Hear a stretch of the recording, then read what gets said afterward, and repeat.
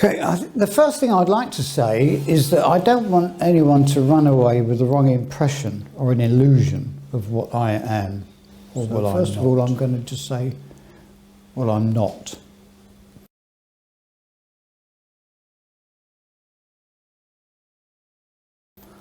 I'm not a medical doctor. I'm not a psychiatrist. I am a psychologist. I have a PhD, which gives me the title of doctor, and my doctorate is in a subject related to the psychology of religion and the psychology of religious belief. It's an academic qualification, not a practical qualification. And my doctorate was awarded for my thesis on the work of Frederick Meyers, who was one of the founder members of the Society of Psychical Research in 1882. So why do I have a doctorate on the work of Frederick Meyers? And why do I do what I do now? This is a very, very difficult question to answer because the answer involves a journey that has taken more than 20 years to cover.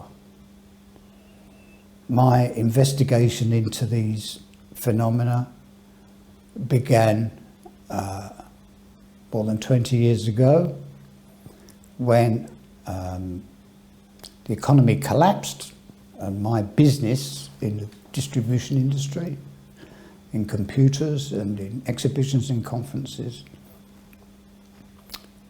collapsed and vanished in a cloud of dust overnight when Maggie Thatcher's policies failed. And I was sitting on a beach on the island of Crete, and I was saying to the universe, what do I do now?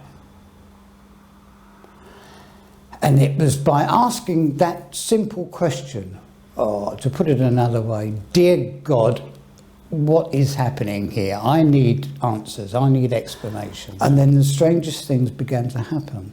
I began to get the answers I was looking for. And I began to have a series of what could perhaps best be described as mystical experiences, where I was shown things I did not understand. And I discovered, and I was shown, that I had a natural healing gift that I did not understand. And I could take pain away, physical pain away from people miraculously without understanding how or why it worked. So I needed to find out how and why it works. And that was the beginning of the journey. And where we are today is that I work with people who come to me for help, who hear voices. They may be diagnosed with schizophrenia or post-traumatic stress or any number of psychiatric diagnoses. And because I'm not a psychiatrist, I can't challenge those diagnoses. I'm not qualified to do that. And I'm not qualified to treat people because I'm not a medical doctor. So what do? I access their spiritual consciousness. I access them at a spiritual level. I invite them to go into an altered state of consciousness that some might describe as a hypnotic trance. Some might describe as an altered state of consciousness. Some would call it a meditative state.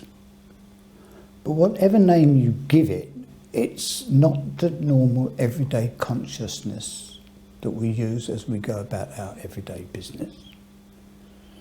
It's a slightly shifted state of consciousness that enables us to see and perceive things that our normal everyday waking consciousness can't perceive. So when a person's hearing voices, it's normally assumed by medical science and psychiatry that these voices are hallucinations, that they're created in the imagination of a defective brain. And the way to deal with them is to inject an antipsychotic drug or some kind of chemical compound that will make the voices go away. That is the common assumption of medical science. But what I've learned through practical experience, that is not the case at all. These voices are real. They come from a source other than the creative imagination of the individual. They come from an external origin. And they can be dealt with.